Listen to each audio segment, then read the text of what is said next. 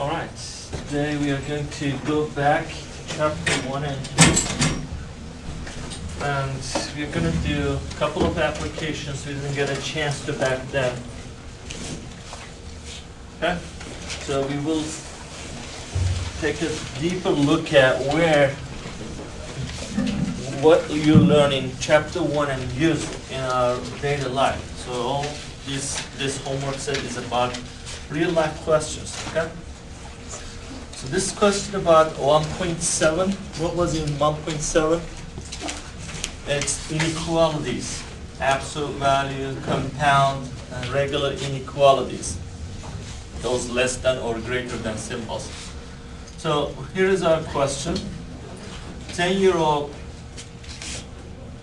competes in gymnastics and her scores are 35.4, 35.9, 36.2, 36.4. Looks like 4 attempts.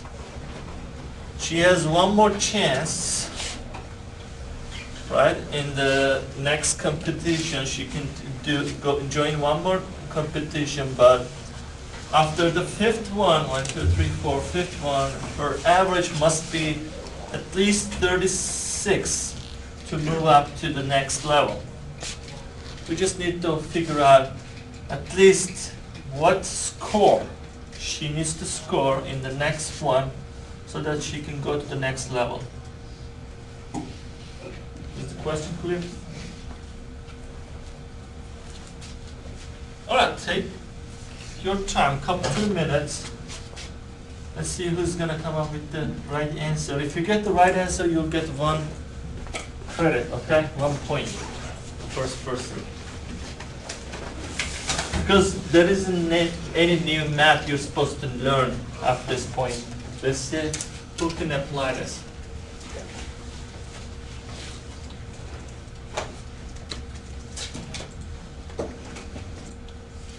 Alright. Let's verify if this is right or not. So again, average means we want average to be at least 36. So can you change this word at least 36 into math symbol? Average at least 36. I will put 36 here. I put average here. I just don't like this part. So what do you need to make there? At least means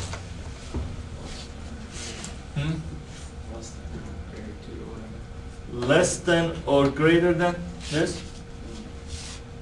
So your average 35 is fine, 34 fine. No, we want anything better than 36. This says anything less than 36 is fine, right? So the opposite sign should be correct. So we want 36 or better. That means at least means equal or more. Equal or more. At most means equal or less. Okay? So all you need to do is here put your average formula. You all know average means the numbers added together divided by how many attempts or how many competitions she has been. So what are her scores? 35.4 plus 35.9 plus 36.2 plus, there's one more, 36.4. Is she going to only 4? No, there is a next computation. We don't know her score. We are trying to compute, estimate that score. Since that's not known, the next one, we will call it X. With the next one, to compute average, how many samples do we have in our hand? How many scores, competition scores? 1, 2, 3, 4. The next one, 5. So this should be 5. Okay? So we built our inequality. all we need to do is figure out what this x must be to make it more than 36. All right, how do we solve this? First off, combine all these like terms or numbers, add them up with a calculator. Second, we need to get rid of this denominator to get x isolated. Then we will cancel this number next to x and get x all by itself. So to cancel 5, I believe we need to multiply both sides by 5. Agree? There you go. 5 is gone. What is the total of these numbers? What do they add up to? 144? That makes 71. 71. 43.1. 143.9. 143.9? What you get? I got 143.9. 143.9. So her current total is 143.9, and we want this to be more than 180. If you get x by itself, you will know what that score is. And for this, I need to get rid of this number by subtracting it from both sides. Okay. X must be more or equal than 36.1. Yep. At least, you need at least. This means equal or more. In other words, same thing here, at least. X or next competition score should be 36 or more. You can adapt this question into your class scores. For example, you scored 150 in exam 1, 129 in exam 2, 155 in exam 3. What needs to be your final exam score divided, no, not average, we don't take average, so there is no average. You need to score 930 to make an A. This is 190, so you can compute your final exam score that way, right? Well, there are more things here like attendance scores, of course, homework, etc. So you can use it pretty much anything if you have a goal and several assignments. Okay? That's that. Any questions?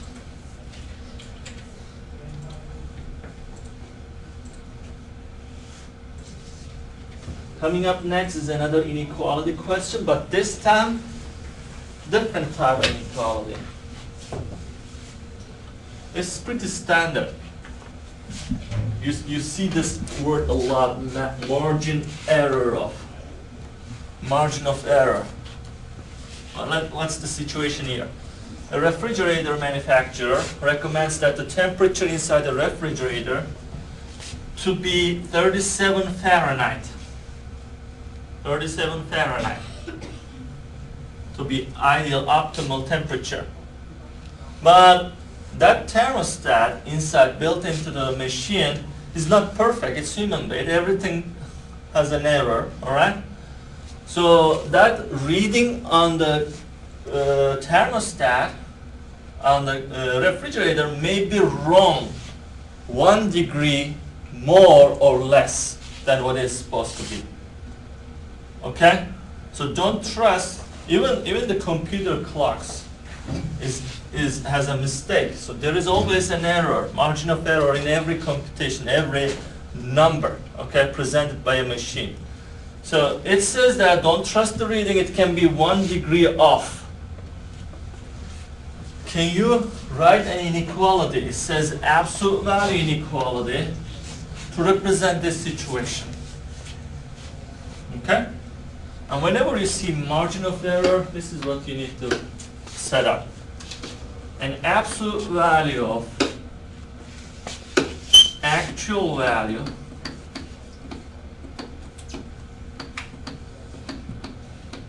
the true value, true temperature inside the refrigerator can be off by a value. How much that value? Whatever that error value is, you put it right here. So it's 1 here. Okay, no, I'm wrong. It's not, 1 is not going there. 1 is going to the right. The actual value and pictured value. This is the pictured value, so which color you basically use. The current reading. Let's say current, whatever the value you read.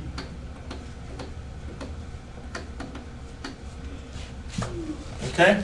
So if you have a really perfectly working thermostat, perfectly built, like lab size, really state of the art, that's the actual temperature is correctly measured. But you have a very weak thermostat, cheap one. This is the cheap reading, this is the good reading. The difference between them cannot exceed 1. Okay, or cannot be lower than 1. So the difference cannot be more than 1. So this is what you set up. So error is always on the right side. This is technically the correct value. What's supposed to be correct. And this is the false value or incorrect, not unreliable value. What's supposed to be minus unreliable value you read from the cheap thermostat cannot be less than 1. This is actually pretty good. 1 Fahrenheit is really good reading. Okay? So, do we know what's right now reading on the thermostat? Yeah, it's 37. But you will never know what's that correct exact temperature inside is. Okay? That's unknown. We will call it a variable of your choice. What do you want to call it? X, Y, T. T is usually used for time, little t, but you can use capital T for temperature. The temperature actually right now in refrigerator is definitely different than 37. I'm 100% sure. Maybe 36.5, maybe 37.5. All machines round off, including your calculators. But this says, manufacturer says, it can't be more than 1. Okay? So, this is what we're gonna say. Oh, they already fixed the temperature. Sorry, you don't get to choose that. So I'm going to flip this to T, little t. So once they say what that variable is, you go with that. Any questions? So, this is my contribution. Your job is to solve for this inequality. Solve for t here. I set up the variable already. Set up the inequality. Let me write it. The temperature inside the fridge minus 37 is always less than 1. What is t? So you need to leave t alone. Do some work and get t all by itself. I shouldn't be seeing any 37 next to it. I shouldn't be seeing any absolute value. So what does this turn into? So this is not new. I expect you to do it. And here is help.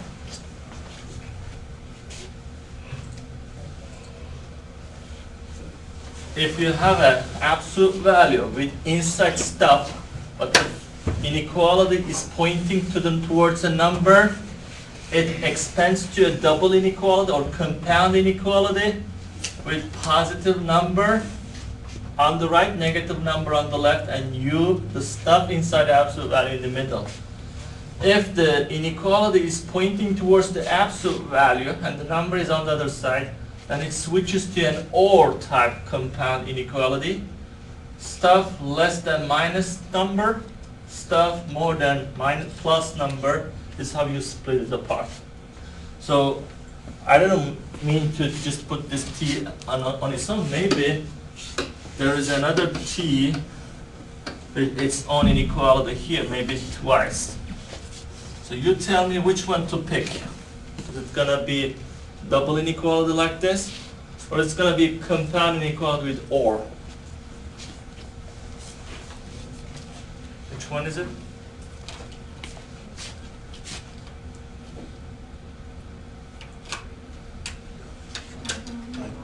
Is it 1 or 2?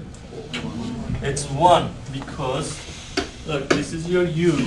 Just imagine this as giant U. U, absolute value around it. Look at the inequality direction. This is your K. Well, we don't have equal sign here. You can make it if you want. Here you go. Now it's an exact match. So this is not going to be two separate inequalities, it's just one.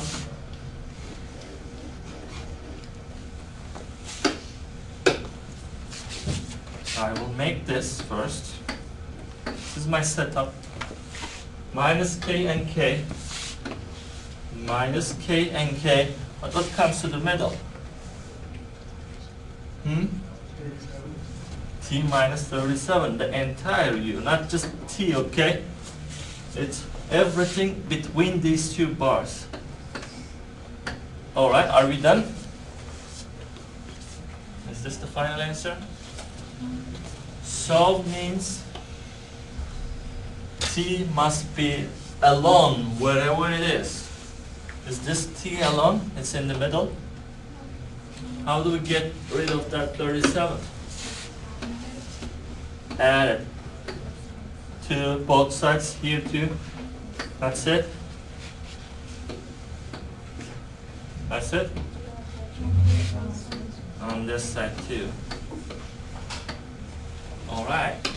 Now we're ready. The temperature inside that fridge is not 37, but anything between.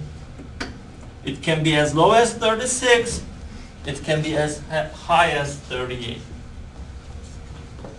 Okay? Again, every human-built thing has a margin of error. This is always true, no matter how precise. Even NASA built something, a telescope, it has an error. They have a really tiny one, but everything has an error. The number you're reading, even on your watch, is actually not correct. It can be a little off. This is a really good application. We're going to do a very similar one. Actually, you will do it for tickets, speed tickets you get. You can actually go to court and present this idea. Okay, really, it works. I know somebody tried to do it. I don't know the result though. So read it. Because those radar detectors are not accurate as well.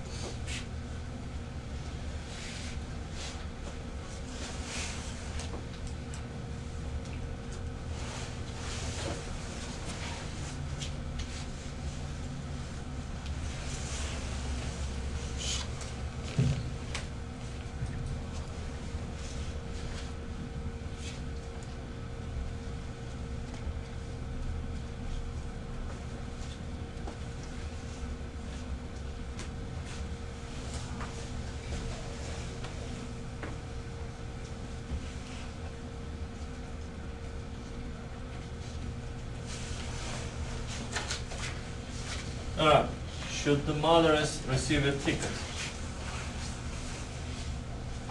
Did he exceed the speed limit? What's the verdict? If you were a judge, what would you decide?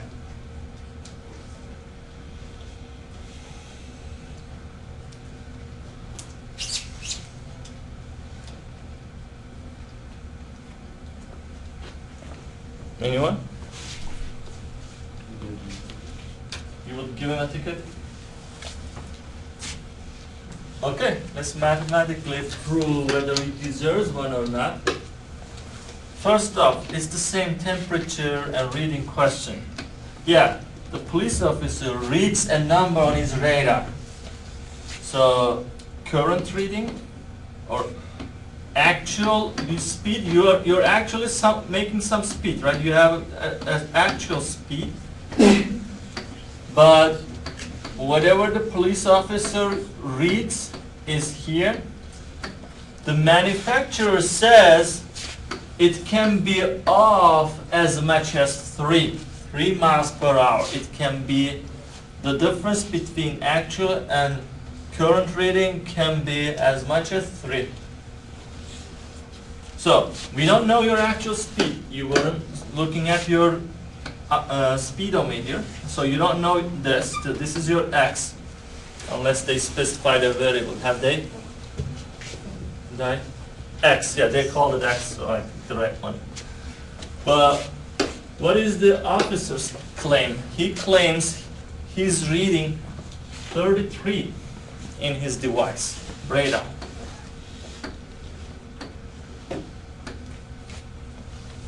Okay? Alright, just the way we did earlier, we pick this one again. We just expand this. It is 3 and minus 3. X minus 33. Now I'm adding all 3 sides by 33.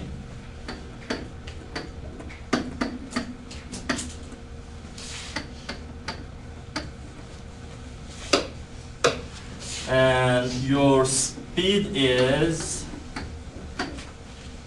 between 36 and 30. So you were at least driving with a speed of 30 in a 25-mile zone. Okay? So we pretty much add the error to your reading. 33 plus 3 minus 3. That's the short story you do on top of it. This is the mathematical background behind it. 36 and 33 is somewhere your speed is, so you're getting a ticket. That's why most of the time you don't get a ticket because you're just speeding by 5. Like if you're driving 75 on a 70 area, they let you go because there is an error. They know there is an error, so you may be in that error zone.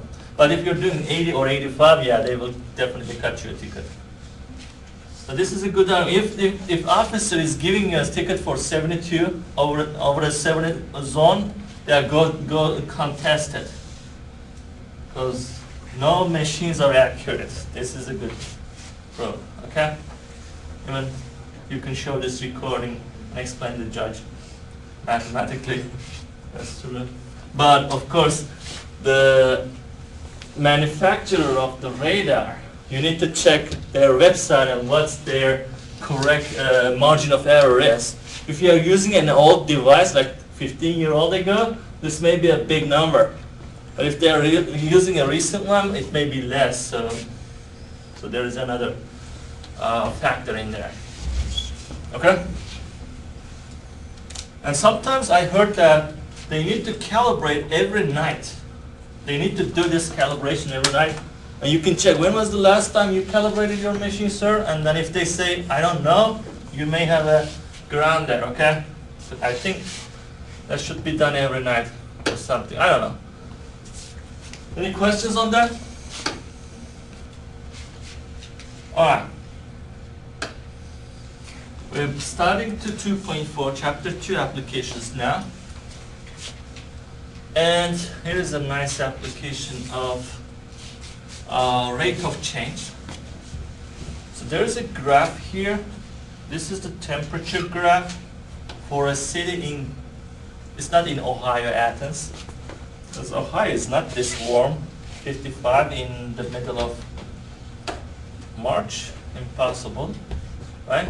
So Athens, Greece, I think, has temperature graph here. So month 0, like January, it's 50. This is March then, or February. Anyhow, this is the graph. It's really hot in summer and then goes down in December. It drops to almost 50s again. This is their graph. What is the question here? There are several parts. In part 1, yeah, x equal 1 represents January. So January is, I don't have January actually. I don't know January. X equal 2 is February. I have February. I have March. I have April. I don't have January. I don't care. It's not the question here. Anyway, x equal 1 represents January. Find the average rate of change between March and May. Between, yeah, if they were asking January and May, we would be in trouble, but they're asking between 3 and 5. So here is the question actually. Here is 3, here is 5, right? So let me connect them with a straight line. They are asking how much this rate is, this rate change. I represent it with flat line. Technically, you compute that. They're asking for its slope. That slope is rise over run. In other words, there's a triangle here. It's opposite side over adjacent side. Horizontal distance, vertical distance. That's what they ask you to compute. So anyone? 7. Let's check. So rise is, it risen to 69 from what? 55, right? This level was 55. This level is 69. Yep, it's 4. Run is how much time, months, how many months passed from this point to this point. 3rd month to 5th month, it's 2 months. In other words, this is the proper math. 5 plus minus 3. Here, we subtract y coordinate, 69, take away 55. So it was wrong earlier, right? My computation, 64 minus 69 minus 55. So it'd be 14 over 2, which equals 7. Thank you. 69 minus 55. So it's 14 over 2, yep. The rate of change is 7. So at every step, one step is here 1 month.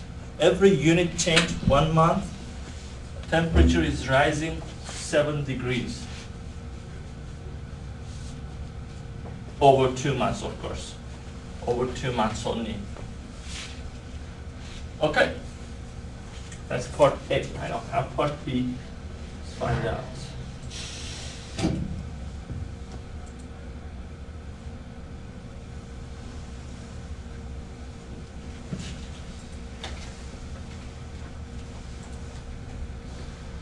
You're gonna do it for September and November. Anyone? For September and November. 9 months, 9th month, and 11th month. Let me mark those points for you. Here is 9. Here is 11. There is a straight line between them. How much is it straight anyways? And you're gonna find rise over run.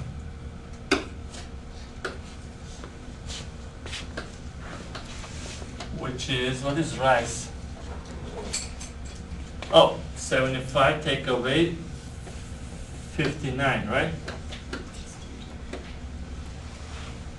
And Right. 11 take away 9. 2 months again. What's that? Right. Order matters. Look, this is actually going down. So the final amount temperature is less than initial one, so the order matters. We're not just randomly subtracting them. Final minus initial, it must be. So 59 is first, 75 is second, that is minus 16. Well, the run is always, you're going towards right, and it's always positive. It's minus 8. What does minus mean though? The temperature is going down. It's cooling. Does it make sense from September to November? Yeah.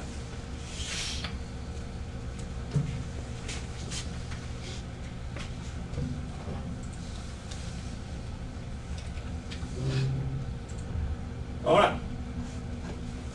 These are easy but nice applications. You actually do this all the time.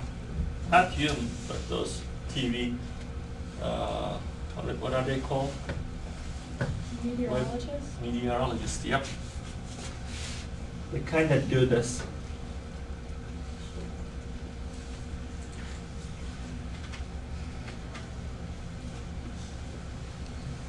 All right. Next one.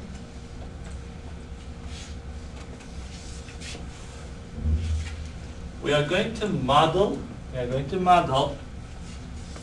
hurricanes versus pressure.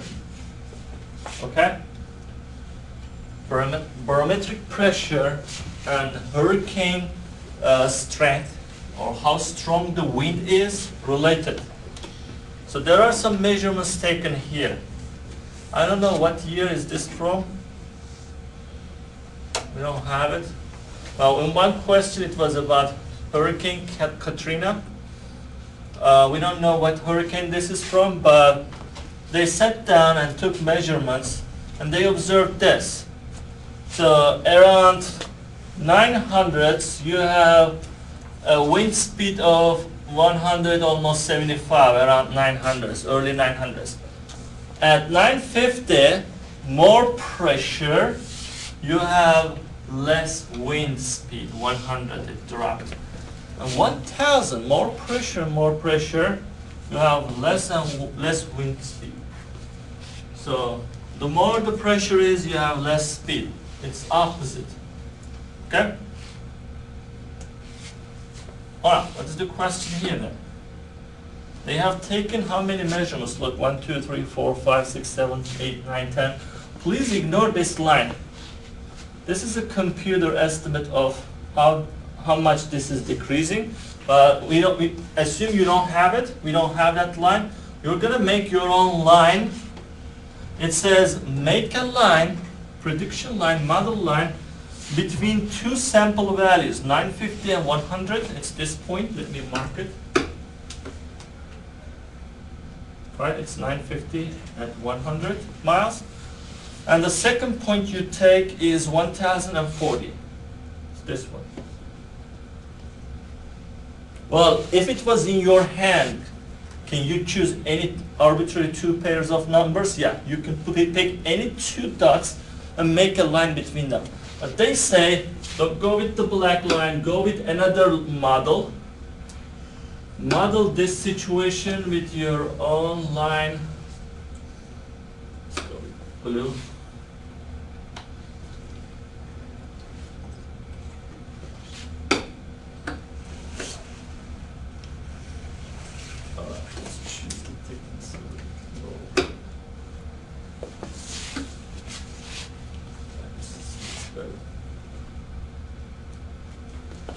Okay.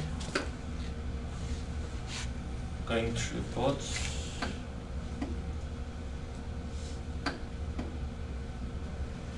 Alright. You're not happy with their model, this is their line, and you say, oh, my blue line is a better approximation of what's going on. And it says use these 2 points and a line between them to write down a linear model. What is a linear model? It's y equals mxb actually. That line equation you have needs to be written down. Okay, why do I need a new model? Why do I need to find out these numbers? Can't we just estimate the wind speed whenever we wish? No, that's the problem. For example, somebody asks you, oh, I have a current pressure reading of 975. Where is 975? It's right here, let's say. Can you guys read this? So you're the meteorologist, somebody called you, okay, I have a pressure of 975, what is the speed of the wind? Can you estimate it? What are you gonna say? You don't have any value here. You're not hitting it. I wish it was this black dot or this, you can say, but right now you're empty. Or you don't have probably all this map of dots. Only thing you have is this formula. How can you tell the audience what the speed of this wind is going to be for 975? All you need to do is enter 975, you know M and B, you can compute the speed anytime, any moment. So having a model rather than dots, a line, is superior because you can measure the speed anytime you wish, any spot. Because this is continuous, uninterrupted. These dots are interrupted, scattered all over the place. You can't compute 951. You cannot compute 900.6785, but you can compute it with this formula. So we need to get that formula. So how do you guys get a line equation between two dots?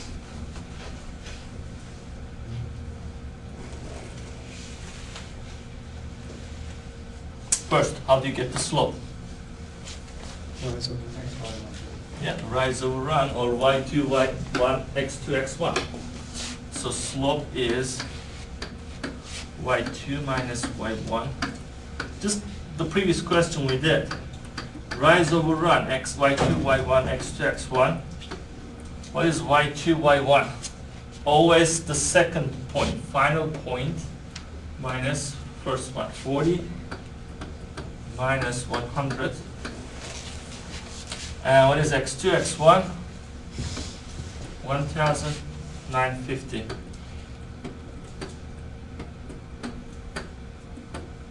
And that's minus 60 over 50. That's easy to convert to decimal.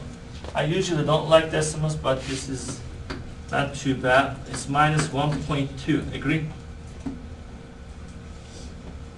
That's your slope.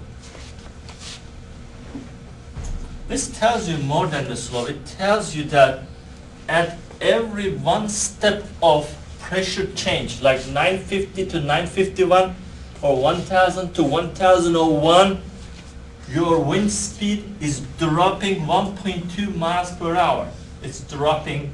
How do I know it's dropping? It's negative 1.2 every moment. So that's that. You found this. How do you find B?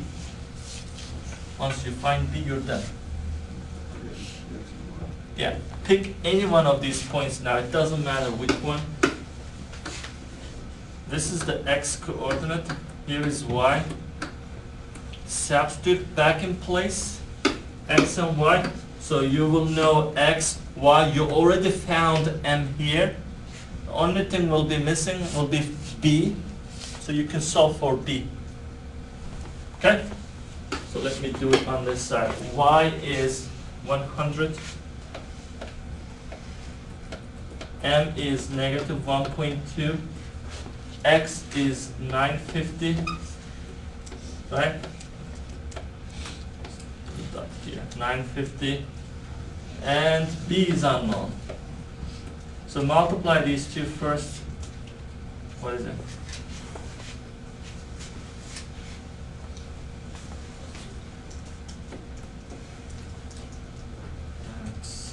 negative 1,140. Thank you. Alright, we need to get B isolated, so I will add that quantity to both sides there.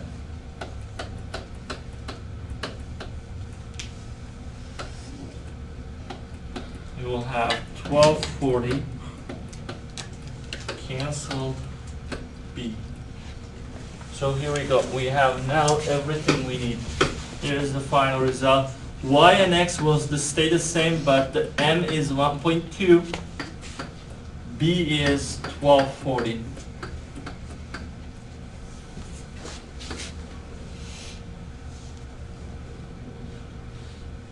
Alright, that seems a bit reasonable. Because this guy, 900, is going to rise and rise into, because B is the y-intercept, so it's going to really hit here late 900. 0 to 900 is a lot of space here. They just put 50 here, but this is about 20 times more distance. Okay, so that makes sense. I was a little skeptical first. This is our model. Now, with this again, you can pick any x, any moment, you can stop anywhere and compute the wind speed, anytime. Okay?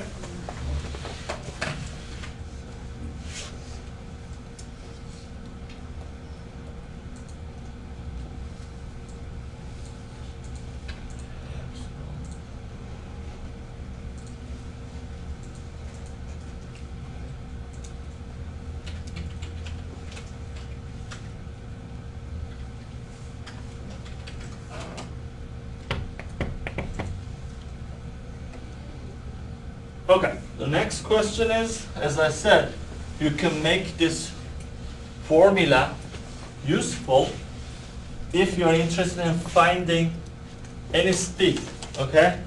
But we need to first understand that what minus 1.2 does. What does minus 1.2 in front of x does? It means decrease or increase because of the negative. It's a decrease. Every one pressure difference, you go 1 unit up, 950 to 951, there is a decrease. But how much? No, this should be increased.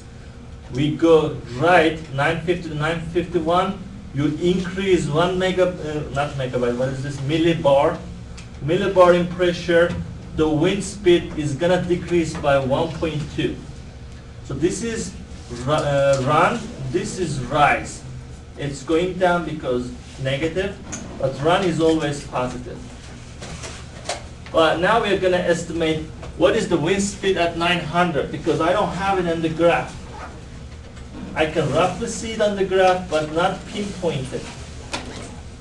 What is the wind speed at 900? About a little more than 150, but I can't spot it with the graph, right? Look, here's 900, go up, the blue curve says somewhere here. But when I use the formula, I can perfectly compute it. Y will be minus 1.2 times 900 plus 1240, which is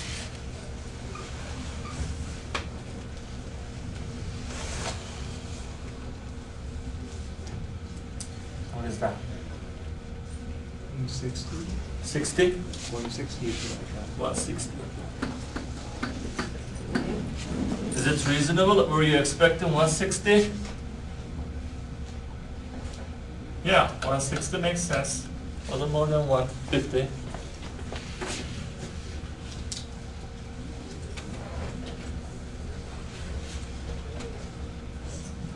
Okay. The lowest BP ever recorded for Atlantic hurricane was 882 millibar. Would it be reasonable to use the model from part A to estimate the wind speed for a hurricane with a pressure of 8 millibar? would you use this model to compute a hurricane, different hurricane, which reads 800? Would you? 800 millibar. The lowest recorded, the lowest possible recorded is 882. Here. Okay? Can you go estimate hurricane speed, but 800 is quite off. 800 and 882 is so low, so different. So again, every model you make live in its own territory. From 900 to 1000, or even a little bit slower than 900, you can use this model. Like, I'm more comfortable with 880s. But if you go to 800, 900 to 800 is 2 units. 1, 2, it's quite off. I wouldn't trust this model to estimate a wind, a pressure of 800. Okay? But can you still do it? Yes, you can compute something, but it's not reliable. We can't do it here. Okay? There is no guarantee. There is no guarantee it's going to be correct. You can compute it, but it's not going to be healthy result. Okay? So don't go off the region much. A little bit off, it's okay, but don't go too hard. It's the story. All right. We'll meet next time and continue more applications. We'll probably ask us about it. Will we be able to look at some? Yeah, there should be. They turn the green, you got it. I'll get that. This homework that we're doing right now is due tonight, right? According to the next map? Do tonight? No. Because that's what it says on my I will pen. fix it, yes. I wanted to make sure, I'm like, I just went on there, like, it wasn't on there, and now it's on there, like,